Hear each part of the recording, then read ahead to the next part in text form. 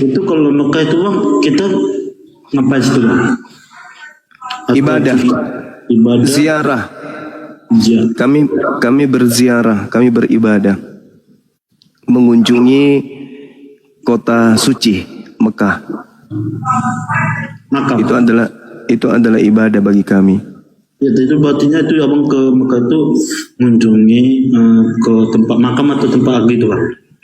Banyak tempat-tempat yang kemudian kami anggap suci di sana untuk ziarah.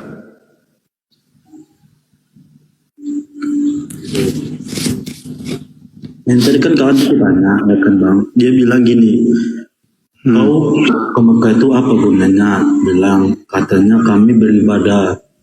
Jadi kalau orang nggak mampu, nggak bisa ke sana, belum. Sama juga kau ibadah sama seperti biasa katanya. Ya udah ngapain kau ke Mekah, lebih baik seperti sini di ruangan pulang. Oh gitu ya. Ya, aku nggak bohong bang, ini orang Muslim. Iya, nggak apa-apa, nggak masalah. Sama ketika kemudian Anda berkata di Jakarta ada Monas berupa tugu, ada berupa hotel, gedung, dan seterusnya. Yang ngapain ke Jakarta? Kan ada di kota Anda.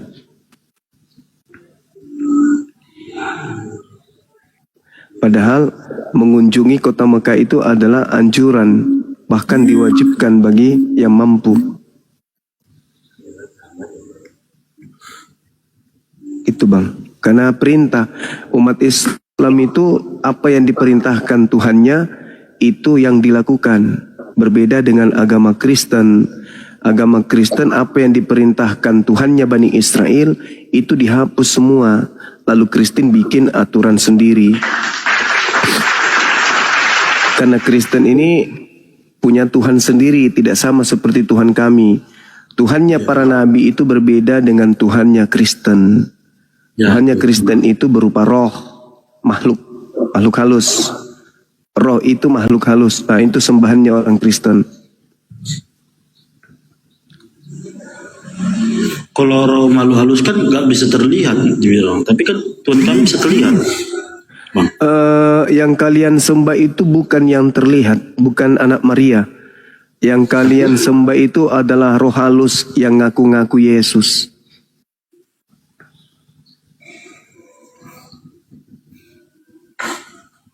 Yesus yang datang ke tengah Bani Israel itu bukan Tuhan, itu murni manusia. Sedangkan yang kalian sembah itu murni bukan manusia, tapi roh. Rohnya itu mengaku Yesus. Abang bisa taunya dia itu bau manusia bukan Tuhan? Abang bisa taunya dari mana? Dari Yesus sendiri. Berarti Yesus yang Berarti Yesus ngomong sama abang dong, bilang aku bukan Tuhan tapi aku manusia. Di dalam kitab Anda dia ngomong, Yohanes 17 nomor 3. Barang siapa dia sesungguhnya apa? Hidup kekal itu diperoleh dengan mengenal dia sebagai utusan, bukan sebagai Tuhan. Yohanes 17 nomor 3. Ya kan dibilang itu bang, bilangkannya barang siapa mengenal aku, dia kenapa kekal kan? Kita kenal siapa? Dia kita kenal dulu dia, maka kita harus kekal. Karena kami udah kenal sama dia, makanya kami kekal.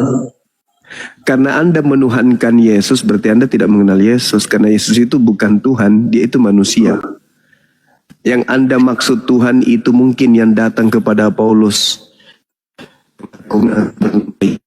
Yang mengajarkan Yesus, menulis 13 buku, 13 kitab. Itu mungkin yang Anda maksud. Tapi kalau Bani Israel lahir tanpa ayah, itu nabi, dia adalah nabi, dia bukan Tuhan, dia nabi Tuhan. Sedangkan yang Kristen sembah itu bukan nabi, tetapi Tuhannya Kristen, mengaku Tuhan dia. Dia ingin menggantikan posisi Tuhan yang betul.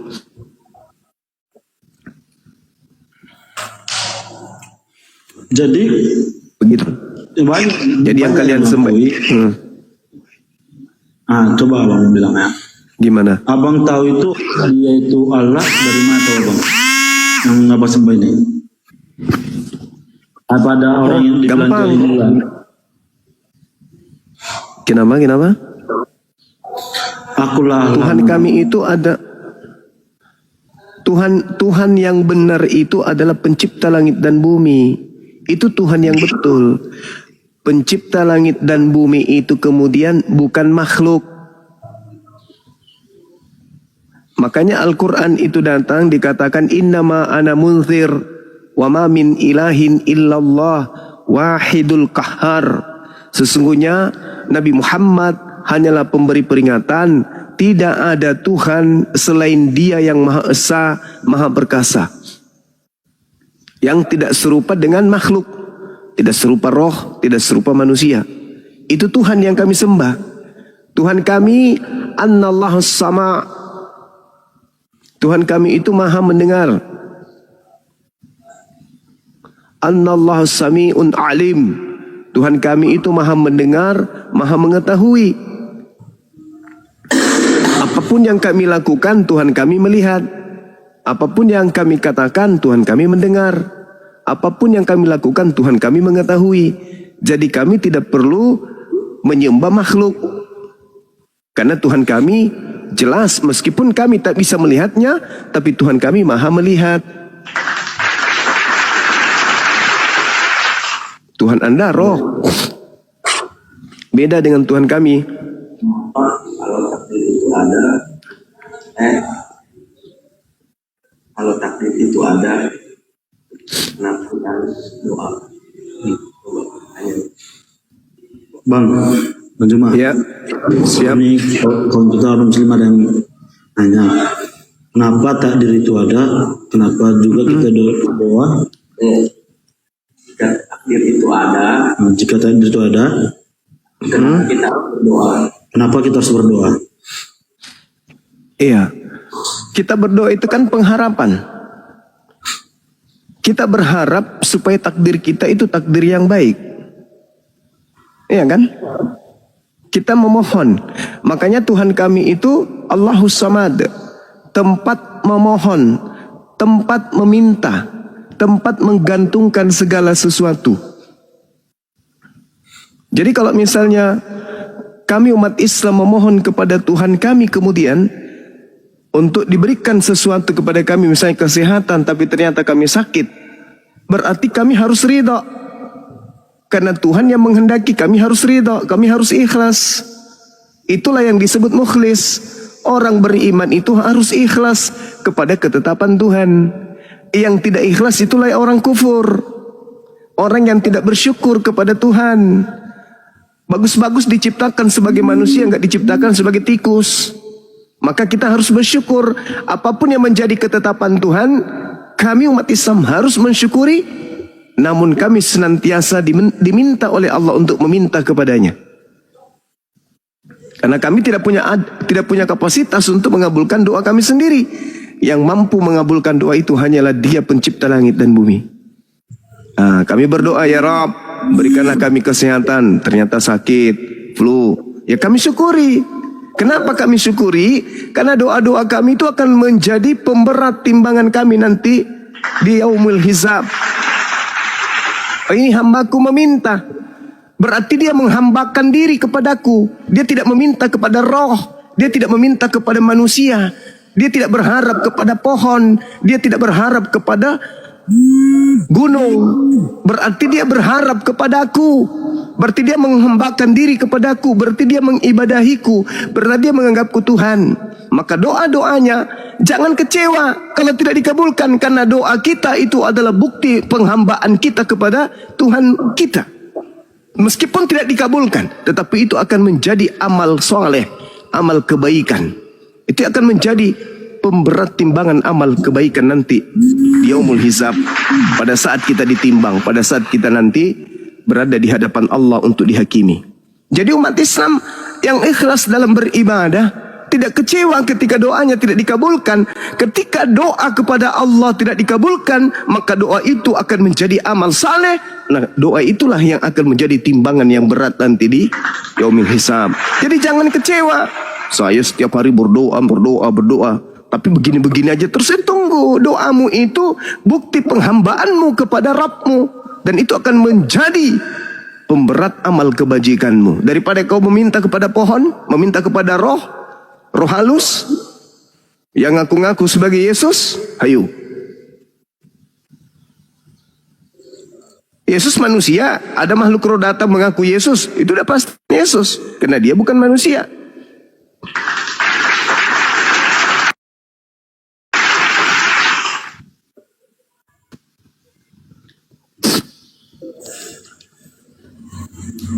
Gitu bang. Berarti itu apa artinya bang? Kenapa? Berarti yang abang bilang tadi itu artinya? Ya, itu artinya. Oke. Nah Tuhan kami itu gimana? Ada kenapa di orang Muslim itu kalau babi itu haram atau ada nggak tertulis dalam kitab? Karena apa bang? Imamat 11 nomor 7, jangan engkau makan babi karena itu haram bagimu. Di Al-Quran juga jangan kau makan babi, itu jelas itu. Al-Quran surah Al-Ma'idah. Sorry ya, saya lagi flu. Di dalam ayat 3 surah Al-Ma'idah. Jangan kau makan babi. Haram itu bagimu. Sama seperti kitabnya Yahudi. Dan di dalam Yesaya 66 nomor 15, 16, 17, orang yang makan babi akan dimasukkan ke dalam api neraka. Makanya kami nggak makan babi. Kenapa Kristen itu makan babi? Ya itu tadi. Karena Kristen itu, mohon maaf nih ya, karena Kristen itu percaya kepada makhluk roh yang datang kepada Paulus, yang membisikkan Paulus untuk menghalalkan babi. Bagaimana kemudian iblis merasuki Adam dan Hawa? Iblis merasuki ular, masuk ke dalam ular. Ularnya yang mengatakan kepada Hawa, makanlah, nggak apa-apa pun, makan. Jadi kerja iblis itu selalu menghalalkan apa yang diharamkan. Yang diharamkan oleh Tuhan melalui nabinya itu dihalalkan oleh iblis. Tuhan mengharamkan makan buah ilmu pengetahuan, iblis menghalalkan. Tuhan mengharamkan makan babi, iblis menghalalkan. Kan begitu. Iblis itu senantiasa memutarbalikkan kemudian firman Tuhan. Tuhan pencipta langit dan bumi mengatakan, jangan kau makan babi. Iblisnya mengatakan, makanlah tak apa, paling enak tuh babi. Makanya orang yang berakal itu hanya bisa sampai kepada Al-Quran. Al-Quran yang diimani oleh umat Islam itu memang betul-betul diperuntukkan untuk orang yang berakal. Kalau orang tidak berakal itu nggak bisa sampai kepada Al-Quran. Begitu bang.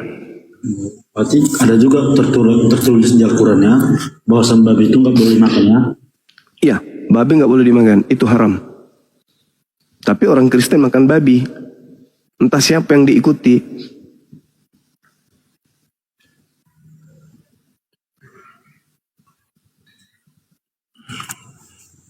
Di Alkitab Perjanjian Lama ada Itu Imamat 11 nomor 7 bang. makan babi. Jangan kau makan babi karena itu haram bagimu. imamat bukan kejadian, imamat kan bang? Iya. Ya, tahun ini Muslim tapi gak tahu dia, makanya aku bingung. Ini Muslim KW atau Muslim KTP? Enggak bang ini. Ya udah. Kalau di Islam itu Al-Ma'idah ayat 3. Tidak boleh makan babi. Oke bang. Itu aku mau tanya bang, kenapa ada Muslim itu dibilang Muslim KTP, ada Muslim apa katanya? Itu kenapa bang? Aku bingung bang. Ini Muslim KTP katanya. Muslim KTP Ya. ada perbedaannya atau karena apa bang? Pengen tahu aja bang. Ya. Jadi Islam itu adalah agama. Orang yang taat kepada aturan Islam itu disebut Muslim. Jadi kalau ada yang beragama Islam tapi tidak taat kepada ajaran Islam, yaitu cuma Islam KTP. Itu maksudnya. KTP-nya aja yang Islam. Jadi ya masuk nanti di surga, KTP-nya orangnya ke neraka.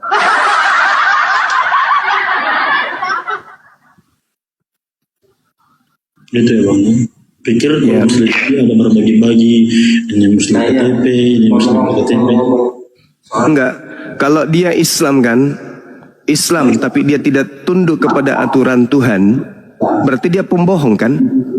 Karena Islam itu adalah syahadatain, mempersaksikan tidak ada Tuhan selain Allah. Dia tahu tiada Tuhan selain Allah, tapi dia tidak jalankan perintah-perintah Allah, berarti kan dia pembohong. Dia pendusta. Dia ngaku-ngaku muslim gitu bang. Ya mungkin dia Islam, memang betul Islam, tapi dia tidak tunduk kepada apa yang diucapkan oleh mulutnya. Islam itu apa? Beriman kepada Allah. Mana bukti imannya kepada Allah? Dia enggak melaksanakan perintah Allah, berarti dia pembohong. Ngaku Islam tapi tidak sholat, dusta berarti. Jatuhnya ke munafik. Kan sama ketika kita kemudian mengaku saya ini adalah mahasiswa Universitas Indonesia, tapi tidak pernah ke kampus. Cuman terdaftar saja. Ujung-ujungnya apa? Di DO kan? Dikeluarkan dari kampus tanpa hormat. Gak pernah datang. Absen gak pernah muncul. Orang absen subuh. Allahu Akbar, Allahu Akbar. Alpa. Absen zuhur. Allahu Akbar, Allahu Akbar. Alpa lagi. Absen asar. Asyhadu an la ilaha illallah. Absen, tidak datang lagi. Absen maghrib. Asyhadu anna Muhammad Rasulullah. Alpa lagi. Isa di absen lagi. Hayya 'alas shalah. Alpa lagi. Begitu terus selamanya. Akhirnya di DO. Kemana-mana dia cuma memperlihatkan kartu mahasiswa. Saya mahasiswa ini loh. Saya mahasiswa ini loh. Ini bukti KTA saya. Ini bukti siswa saya. Tapi fakta kehidupannya nggak pernah ke kampus. Ya di DO, keluar ke neraka. Jadi sama seperti saudara Kristen. Kami percaya kepada Yesus. Tapi apa? Ibadah minggu. Makan babi. Merasulkan Paulus. Tidak bersunat. Kan lucu. Kami percaya kepada Yesus. Tapi menjadi Kristen. Gimana dong? Kalau percaya Yesus itu menjadi Muslim. Menjadi Muslim. Taat. Menjadi orang saleh. Kalau dia orang Yahudi, maka dia adalah praktisi Torah yang taat. Praktisi Torah yang merasulkan kemudian Yesus, apa jadinya? Muslim. Itu namanya sama seperti Islam KTP. Sholat, nggak pernah sholat. Puasa, nggak pernah puasa. Ya toh? Ya apa itu namanya? Ya Islam KTP. Sama seperti Kristen. Tapi kalau Islam KTP ini, dia punya potensi kemudian untuk menjadi Muslim. Ketika mereka bertaubat, menyadari dengan akal sehatnya, percuma saya hidup kalau begini terus. Mereka bertaubat, menjadi Muslim yang taat. Nah kalau menjadi Kristen, pengikut Kristen, apa yang mau diikuti? Pengikut Yesus, apa yang kalian ikuti? Semakin Anda ke gereja, semakin tidak mengikuti Yesus. Yesus gak pernah ke gereja. Yesus tidak pernah makan babi. Yesus tidak pernah mengajarkan jangan bersunat. Yesus tidak pernah mengajarkan merasulkan Paulus, mengkitabkan perjanjian baru. Bahkan Yesus tidak pernah menyebut nama Kristen itu sendiri. Jadi yang ada hanya kebohongan. Sama seperti iblis berbohong. Makanlah itu kau akan kekal. Ujung-ujungnya diusir dari Gan Eden. Gitu bang. Oh, Kalau kerjaan waktu dia ibaratkan dia Muslim tapi dia nggak taat dalam aturan Muslim gitu ya maksudnya bang. Kalau dia Islam tapi dia tidak melaksanakan perintah Islam, dia bukan Muslim. Tapi Islam KTP, KTP-nya aja yang Islam. di satu keluarga atau lainnya. Di perbuatan lain. Tapi minimal dia terdaftar lah. Daripada tidak sama sekali kan gitu. Bang Anda, ini katanya kan, kita kerja kita haram, tapi kita rajin sholat, itu sah-sah atau gimana Bang? Pekerjaan kita haram, tapi kita rajin sholat. Nah, berarti sholatnya itu tidak mengantarkan kepada keadaan mencegah kepada kemaksiatan. Inna sholati tanha anil fahsya'i wal munkar. Sesungguhnya sholat itu mencegah perbuatan keji dan mungkar. Kalau sholat seseorang tidak bisa membuatnya terhindar dari perbuatan keji, berarti sholatnya itu tidak khusyuk. Sholatnya asal-asal aja. Cuman ikut Allahu Akbar, sami Allahu liman hamidah, Assalamualaikum warahmatullahi wabarakatuh. Berarti dia tidak memenuhi salatnya. Sedangkan yang masuk ke surga adalah yang khusyuk. Kada aflahal mu'minun. Mereka orang-orang beruntung itu adalah orang-orang yang salat. Siapa mereka? Yaitu orang-orang yang mukmin. Siapa mereka? Mereka yang khusyuk di dalam salat. Kada aflahal mu'min. Beruntunglah orang Islam itu. Siapa yang beruntung ini? Alladzina hum fi salatihim khashi'un. Orang yang khusyuk di dalam salat. Karena orang yang khusyuk di dalam salat itu orang yang bersatu dengan Tuhannya. Sama seperti Yesus. Aku dan Bapa adalah satu. Kenapa Yesus mengatakan aku dan Bapa adalah satu? Karena Yesus selalu melakukan perbuatan-perbuatan yang berkenan terhadap Tuhannya. Yohanes 8 nomor 29. Aku dan Bapa adalah satu. Sebab aku senantiasa melakukan segala apa yang diperintahkan kepadaku. Aku tidak seorang diri. Sebab dia menemani aku. Karena aku senantiasa tunduk berserah diri kepada apa yang diperintahkan kepadaku. Maka aku dan Bapakku adalah satu. Jadi orang yang khusyuk karena dia bersatu dengan Tuhannya, itu susah untuk bermaksiat. Gitu Bang. Benarnya atau gimana? Soalnya Tapi niatnya untuk keluar dari. kenapa lebih tertua Kristen dari Muslim Bang? Kenapa? Lebih tertua agama Kristen daripada Muslim. Sejarahnya Kristen Lebih tua. Iya baik. Iblis itu lebih duluan daripada Nabi Adam alaihi salam. Iblis lebih dulu dicipta. Iblisnya mengaku dicipta minar dari api. Sedangkan Adam tercipta dari tanah.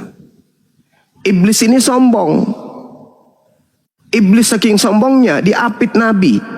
Nabi Abraham, Nabi Musa, Ishak, Yakub, Daud, Salomo, Nabi Isa, bahkan diberi kitab-kitab.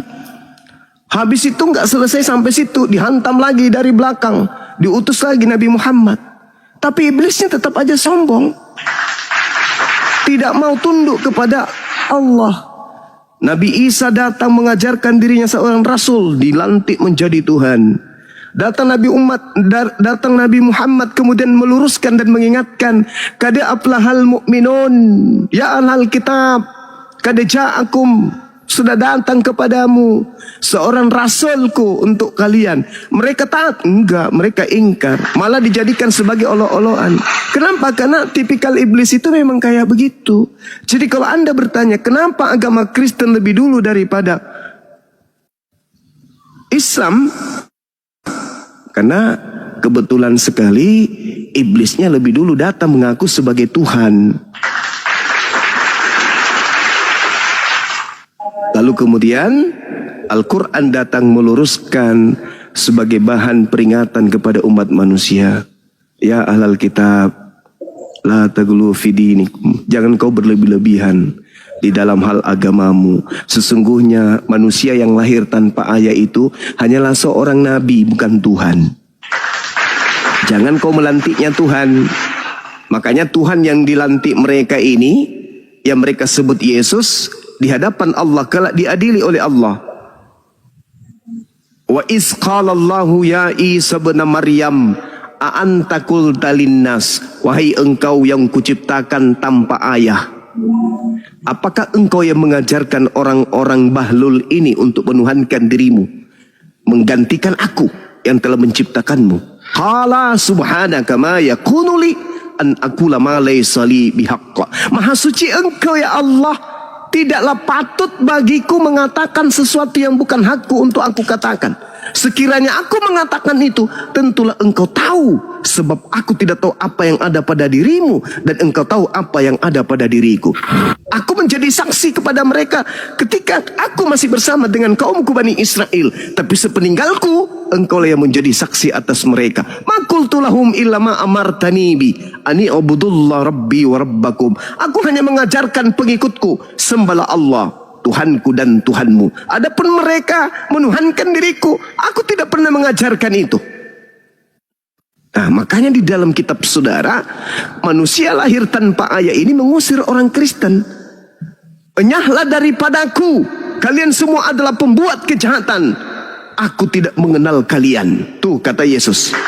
Pada hari terakhir nanti banyak orang memanggil aku, Tuhan Yesus, Tuhan Yesus. Ya paman, bukankah kami mengusir setan pakai namamu, bermujizat, bernubuat?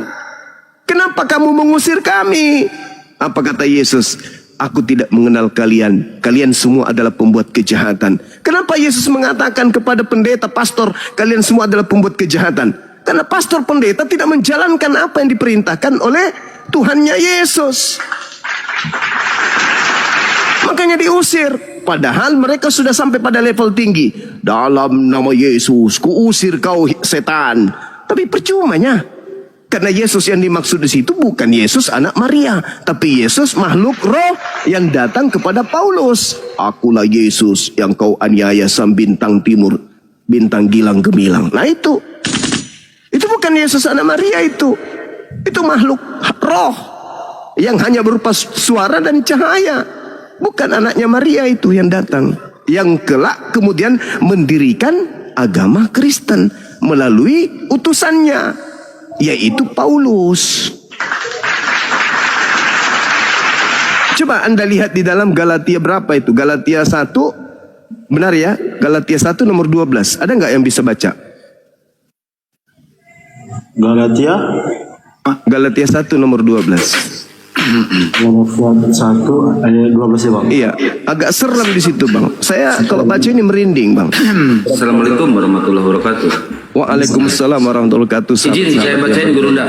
Iya, silakan. Karena bukan menerimanya dari ke manusia dan bukan manusia yang mengajarkannya kepadaku, tetapi aku menerimanya oleh persyaratan Yesus, pernyataan Yesus Kristus. Penyataan. Di situ ada kata ego. Karena aku bukan menerimanya dari manusia. Tuh, serem kan? Serem kali. Injil yang kuberitakan kepadamu bukan kuterima dari manusia. Dan bukan manusia yang mengajarkan kepadaku. Lalu siapa, Cak Ayu? Waktunya sudah dekat, jangan kamu percaya. Nah, Paulus sendiri mengaku dia menerima Injilnya, surat-suratnya itu bukan dari anak Maria. Karena Maria melahirkan manusia. Tapi Paulus mengatakan, aku menerima 13 kitab itu bukan dari anak Maria. Lalu dari mana, Cak Ayu? Gurunda izin, boleh diulang karena suara Gurunda tadi ngilang, nge-lag. Iya. Jadi di Galatia 1:12 itu Paulus sendiri mengatakan bahwa dia tidak menerimanya dari anak Maria. Karena anak Maria ini adalah manusia. Tapi Paulus berkata, aku menerima Injil bukan dari manusia. Nah, berarti bukan dari Yesus. Tapi dari mana? Dari Yesus Mesias. Yesus Mesias katanya. Sedangkan Yesus mengingatkan muridnya di dalam Matius 24 nomor 24. Sebab Kristus palsu. Dan nabi-nabi palsu, rasul-rasul palsu akan datang dan akan melakukan mujizat sekiranya menyesatkan banyak orang dan orang-orang pilihan. Ingat, Yesus mengatakan akan datang Mesias palsu. Paulus mengaku menerima Injil dari Mesias. Tapi bukan menerima dari anak Maria. Dia tidak menerima dari anak Maria, tapi dia menerima dari Mesias. Sedangkan Mesias itu adalah orang, manusia yang diurapi. Tapi dia mengatakan bukan manusia loh. Mesias adalah orang yang diurapi. Sekali lagi, Mesias adalah manusia yang diurapi. Kristus adalah manusia yang diurapi. Kristus adalah manusia yang ditahirkan. Paulus mengaku bukan menerima dari manusia, tapi menerimanya dari Mesias. Sedangkan Mesias adalah manusia. Ayo. Jadi jelaskan, Paulus ini utusan siapa? Utusan yang bukan manusia.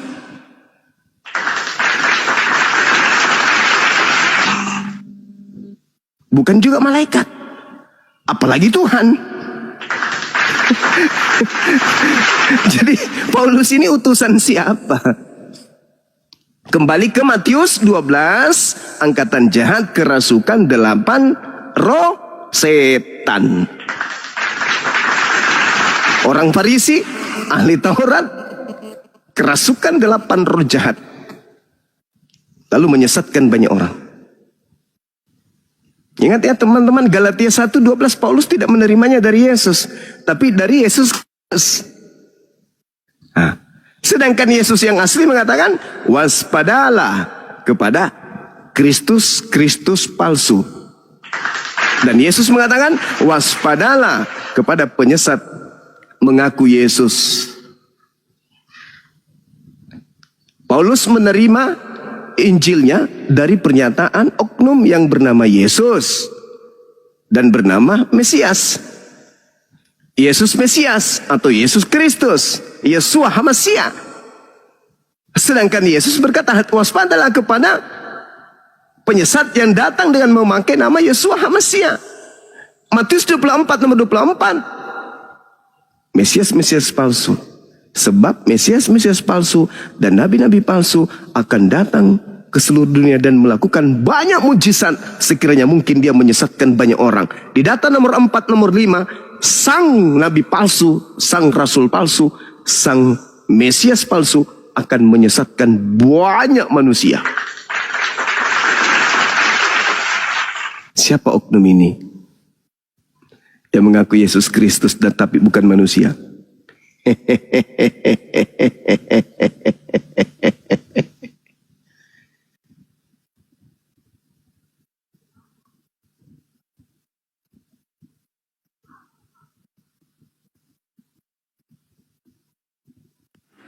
Hilang lagi suaranya Burunda. Ada.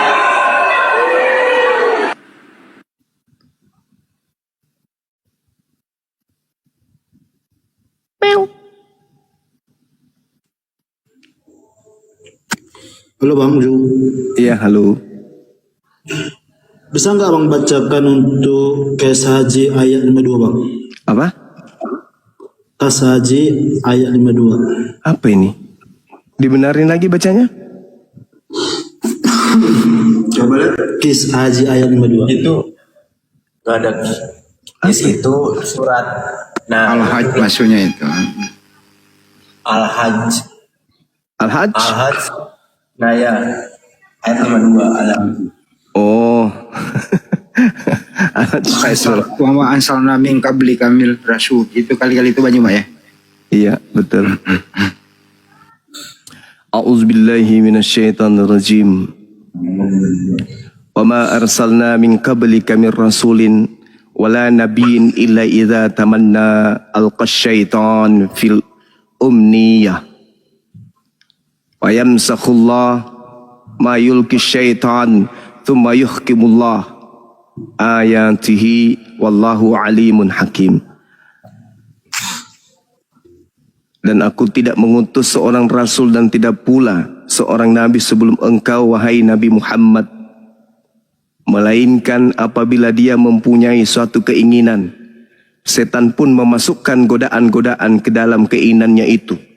Tetapi Allah menghilangkan apa yang dimasukkan setan itu.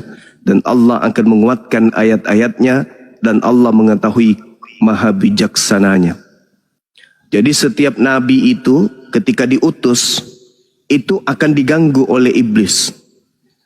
Santer kita dengarkan bagaimana Yesus diganggu iblis, dicobai iblis. Itu santer itu. Bagaimana Nabi Musa diganggui oleh penyihir-penyihir. Bagaimana kemudian Abraham diganggu oleh orang-orang yang benci kepada tauhid. Bagaimana Nabi Musa, bagaimana Daud, bagaimana Salomo, bagaimana Yesus dicobai oleh iblis. Bahkan sahabatnya, muridnya sendiri mengkhianat kepada dirinya. Yesus berkata di dalam Yohanes 6:70, Aku yang memilih engkau yang 12 muridku, satu di antaramu adalah iblis. Iblis selalu mengiringi. Itulah yang saya katakan tadi. Iblis senantiasa mengiringi segala sesuatu ketika Nabi datang. Ketika Nabi Isa datang di tengah-tengah Bani Israel, iblis datang memalingkan ajarannya. Yang tadinya Rasul dipalingkan menjadi Tuhan. Yang tadinya Nabi palsu dirasulkan kemudian. Itu iblis, cara kerja iblis kayak gitu. Jadi Allah mengatakan, wa ma arsalna min qablik min rasulin wala nabiyyin illa idzan tamanna alqa syaitanu fi umniyati wa yamsakhullah. Allah kemudian menghilangkan apa yang dimasukkan oleh setan itu. Makanya Nabi Isa itu tidak disalibkan. Makanya Yesus di dalam Bible itu yang asli anak Maria itu tidak dibunuh. Yang dibunuh itu adalah orang yang dikutuk oleh Tuhan. Nah itu. Jadi setiap Nabi datang pasti diganggu oleh iblis. Tetapi Allah senantiasa kemudian membersihkan ajaran Nabi tersebut dari sentuhan-sentuhan iblis. Fayamsakhullah ma yulki syaitan summa yuhkimullah ayati. Itu jelas itu. Tetapi Allah menghilangkan apa yang dimasukkan setan itu. Dan Allah menguatkan ayat-ayatnya. Dan Allah maha mengetahui, maha bijak. Cuman kalau kita lihat ya, satu hal yang menarik di dalam Bible. Kalau Nabi Muhammad diganggu oleh setan, Paulus malah didukung oleh setan. Ini lucu.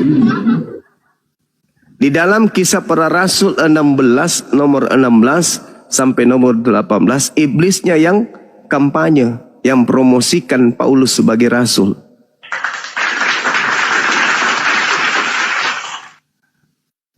Itu hebatnya. Kalau Nabi Muhammad diganggu iblis, Nabi Isa, Yesus diganggu iblis, Paulus didukung iblis.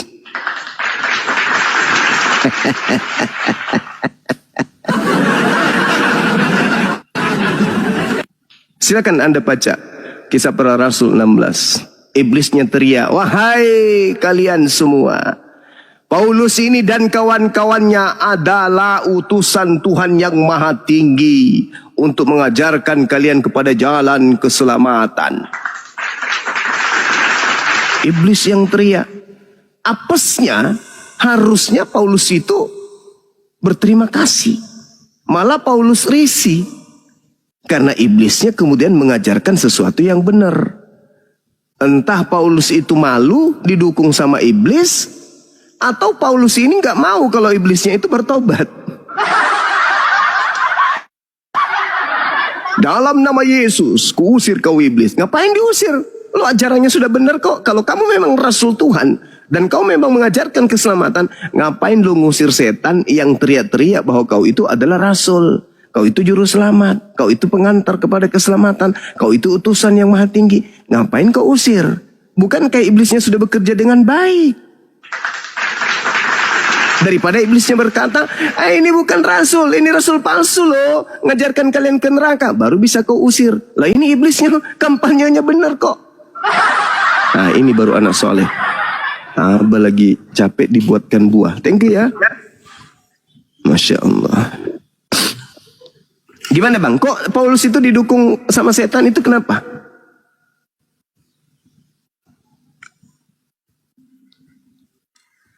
Seakan-akan iblis yang berkata, seluruh manusia ikutlah kepada Paulus, nyembah makhluk yang bernama Yesus. Kenapa bisa kayak gitu, Bang? Kok iblisnya dukung Paulus jadi rasul?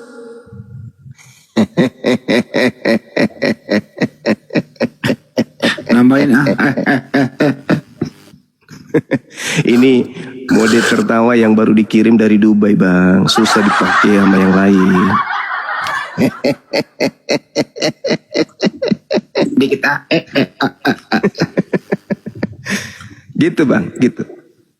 Saya kalau tertawa begitu kan saya lagi flu. Saya tertawa gitu, virusnya keluar lewat hidung. Terhempus dia keluar. Sama dalam kitab Ayub 27 nomor 3.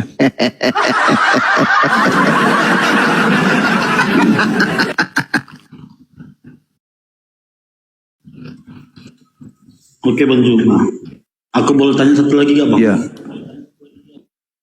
Mengapa Silakan. setiap di dalam kita pasti kebanyakan setan Muslim daripada setan Kristen? Itu karena dia semasa hidupnya berbuat jahat atau di dalam perbuatannya itu karena menganut agama salah? Maksudnya apa? Pertanyaannya apa? Mengapa itu kan? Chatting dengan setan. Iya, kebanyakan jin itu kan jinnya Muslim, gak pernah jin chat orang Kristen kedengaran. Itu karena apa? Karena dia semasa hidupnya di bumi melakukan hal aneh atau kenapa? Oh, kalau jin dan setan itu beda. Jin dan setan itu berbeda. Kalau jin itu mendengarkan Al-Quran, sedangkan setan itu tidak bisa dengar Al-Quran. Itu, Bang. Berbeda. Di dalam Al-Quran surat Jin diterangkan kemudian di ayat pertama, Allah Subhanahu wa taala menjelaskan kemudian dengan sangat jelas. Bismillahirrahmanirrahim. Kul uhiya ila annahu istama' nafarum minal jin faqalu inna sami'na Qur'anan ajaba. Telah diwahyukan kepadaku bahwa sekumpulan jin telah mendengarkan bacaan. Lalu mereka berkata, kami telah mendengarkan bacaan yang menakjubkan, yaitu Al-Quran. Itu jin. Adapun setan itu berbeda. Kalau setan itu di dalam Al-Quran surah Asy-Syura ayat 12 kemudian, di sana setannya tidak bisa kemudian mendengarkan Al-Quran. Mereka tidak sanggup untuk mendengarkan Al-Quran itu. Ketika mereka mendengarkan Al-Quran, maka mereka akan berlarian, takut mendengarkan bacaan Al-Quran. Innahum anis sam'i lama'uzulun. Sesungguhnya untuk mendengarkan Al-Quran saja, iblis akan dijauhkan. Iblis tak sanggup.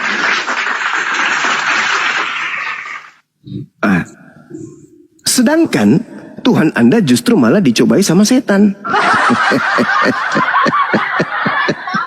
Jadi orang Kristen ini harus belajar memisahkan untuk membedakan antara jin dan iblis. Itu beda. Iblis itu manusia, makhluk yang ingkar kepada pencipta langit dan bumi. Sedangkan jin itu adalah makhluk yang mendengarkan perintah Tuhan, meski sebagian juga di antara mereka ingkar kepada perintah Tuhan.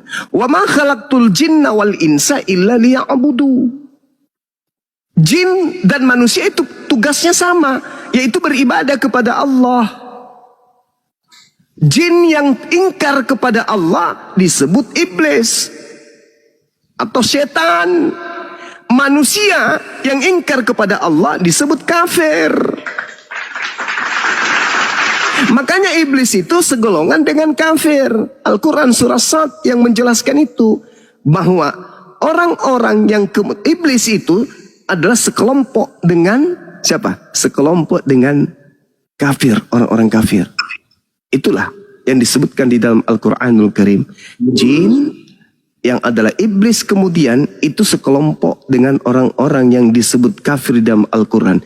Illa iblis istakbara wa kana minal kafirin. Kecuali iblis. Iblis menyombongkan diri dan iblis termasuk golongan yang kafir. Orang Kristen menyombongkan diri kepada perintah Tuhan, maka disebutlah kafir orang Kristen itu. Mana perintah Tuhan yang Kristen lakukan? Coba tunjukkan, ada nggak? Ada nggak? Tak ada, Bang. Perintah Tuhan jangan makan babi. Kristen? Jangan menyembah hal lain selain aku, katanya. Ya, Keluaran 20 nomor 3. Jangan ada ilah lain di hadapanku. Jangan menyembah Tuhan selain daripada aku. Tak ada Tuhan lain selain daripada aku. Akulah Tuhan, tak ada yang lain. Aku Tuhan pencipta langit dan bumi. Nah, yang kami sembah adalah Tuhan pencipta langit dan bumi. Bukan sembahan kami itu ciptaan. Yesus ciptaan. Roh juga ciptaan. Sedangkan yang kami sembah adalah pencipta roh dan pencipta manusia. Orang Yahudi menyebutnya Eloah. Kami menyebutnya Allah. Sama-sama maha suci, maha tinggi. Yesaya 5 nomor 16. Allah itu maha suci, Allah itu maha tinggi. Di Al-Quran, subhanahu wa ta'ala, Allah maha suci, maha tinggi. Sembahan kami sama. Kristen, Yesus Tuhannya. Makhluk, manusia, dan juga roh.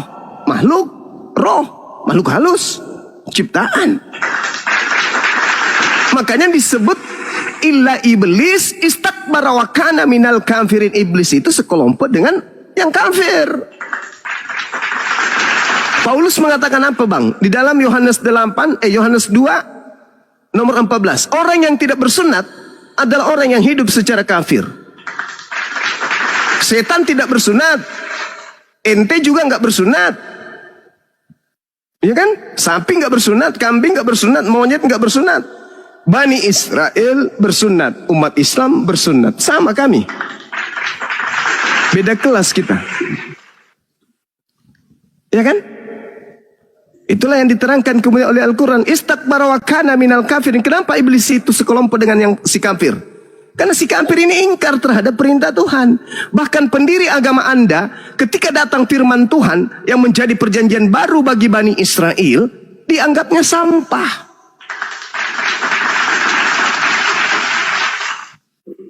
Pendiri agama Anda, Paulus, menganggap bahwa hukum-hukum Tuhan yang datang kepada Musa itu adalah sampah. Hukum Tuhan yang datang kepada Abraham itu adalah tinja, kotoran, skubalon. Dalam bahasa Yunani. Nah, Anda aminkan, Anda mengikuti keinginan Paulus. Anda meninggalkan keinginan Elohim.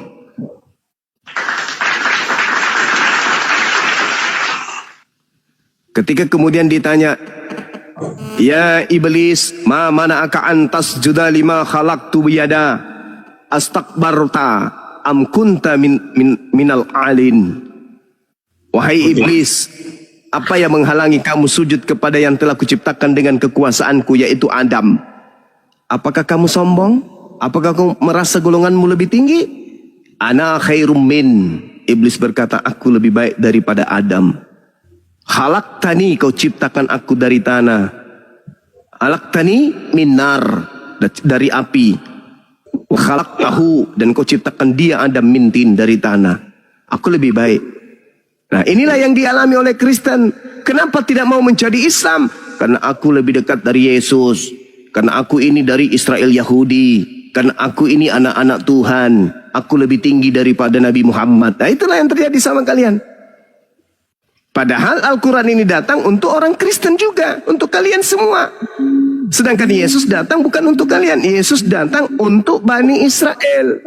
Bukan untuk Kristen. Gitu, Bang. Coba jelaskan dulu, Bang, di Al-Quran. Kalau Muhammad itu umur berapa disunat? Al-Quran, orang Arab itu tak ada satupun manusia di dalam Al-Quran, apalagi dari bangsa Arab itu dikatakan disunat di dalam Al-Quran. Tak ada. Kenapa?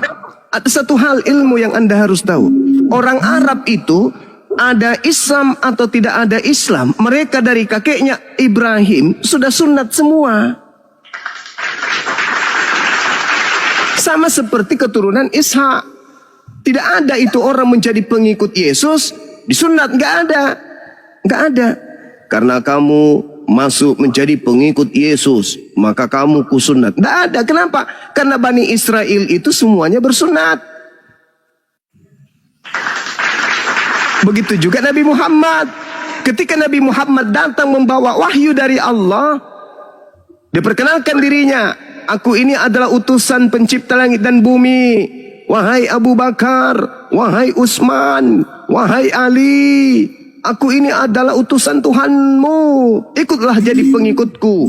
Nabi Muhammad ditanya, ya Rasulullah, apa syaratnya menjadi pengikutmu? Oh, yang pertama kalian harus sunat. Gak ada kayak begitu. Kenapa? Karena orang Arab itu secara turun-temurun dari kakeknya Ibrahim alaihissalam, mereka seluruhnya semua sunat. Ada Nabi Muhammad atau tak ada Nabi Muhammad, mereka semuanya sudah sunat. Berarti Ibrahim itu sunat. Nabi Ibrahim itu sunat. Makanya di dalam Al-Quran dikatakan, bodohlah orang yang membenci ajaran Nabi Ibrahim. Surah Al-Baqarah ayat 130. Ya, Gitu, apa ada tertulis di Ibrahim dia bahasa sunat atau dia enggak? Nabi Muhammad diwahyukan oleh Allah. Dari lisan Nabi Muhammad, beliau mengatakan Nabi Ibrahim bersunat pada usia 80 tahun. Tuh. Sedangkan Al-Quran mengatakan agar Nabi Muhammad dan umatnya mengikuti ajaran Milla Abraham. Salah satu Milla Abraham itu adalah sunat.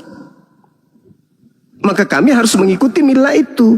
Makanya Al-Quran mengatakan orang yang membenci ajaran Ibrahim, yaitu sunat, hanyalah orang yang jahil, orang yang memperbodoh diri. Mari kita buktikan. Kenapa saya katakan bahwa orang yang tidak bersunat itu adalah orang yang memperbodoh diri? Kenapa? Karena mulutnya mengatakan aku pengikut Yesus, tapi ucoknya bukan pengikut Yesus. Ucoknya Yesus dipotong, kulupnya dipotong. Ucok kalian enggak. Tapi mulut kalian mengatakan aku pengikut Yesus. Aku cinta Yesus. Loh, kok membangkang ajarannya?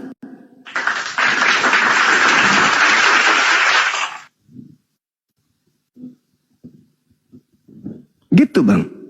Jadi Islam itu, saudara, memiliki dua sumber hukum, Al-Quran dan As-Sunnah, hadits. Gitu ya.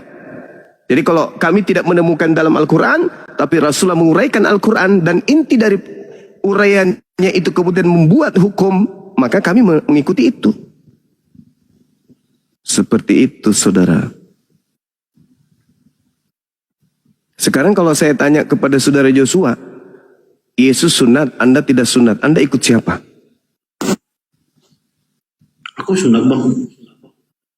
Berarti bahaya itu. Karena katanya Bater, itu sunat itu katanya cuma untuk bersih, supaya kita bersih. Tapi Paulus melarang. Paulus melarang pengikutnya ikut Yesus. Galatia 5 nomor 2. Barang siapa yang menyunat nonotnya, maka Yesus Kristus tidak berguna baginya. Gimana dong? Anda sunat kan? Nah, Yesus tidak berguna bagi Anda. Supaya saudara itu kemudian bisa menjadikan Yesus itu berguna bagi saudara, saran saya, ambil paha ayam, sambung dengan kulup Anda. Tapi saya nggak jamin 3 bulan ke depan tumbuh bulu ayam.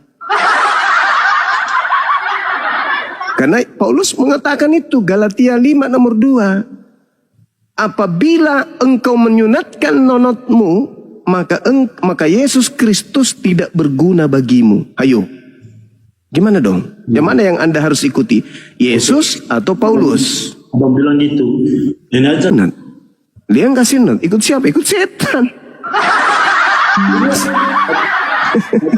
Tapi dia bicara juga dong. Kenapa? Dia Muslim, tapi dia gak sunat. Oh, ini tidak ada Muslim kalau tidak sunat. Mungkin KTP-nya Islam. Itu tadi sudah dibahas. Kalau ada orang Islam tidak ikut aturan mainnya Islam, dia bukan Muslim. Dia cuma Islam KTP. Nanti KTP-nya yang ke surga, dia ikut sama Anda, gitu.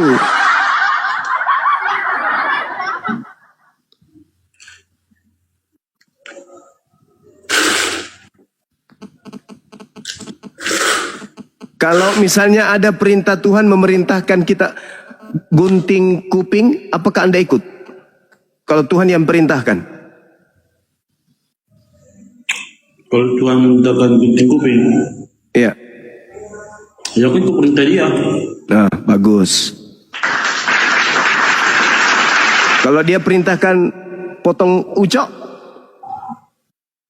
ya aku ikut dia. nah, bagus. Itu Anda bagus. Cocoknya di Islam Anda, karena Anda lebih perintah Tuhan Anda ikutin. Gitu. Ada yang Islam tapi tidak ikutin perintah Tuhan, ya itu itu malasa.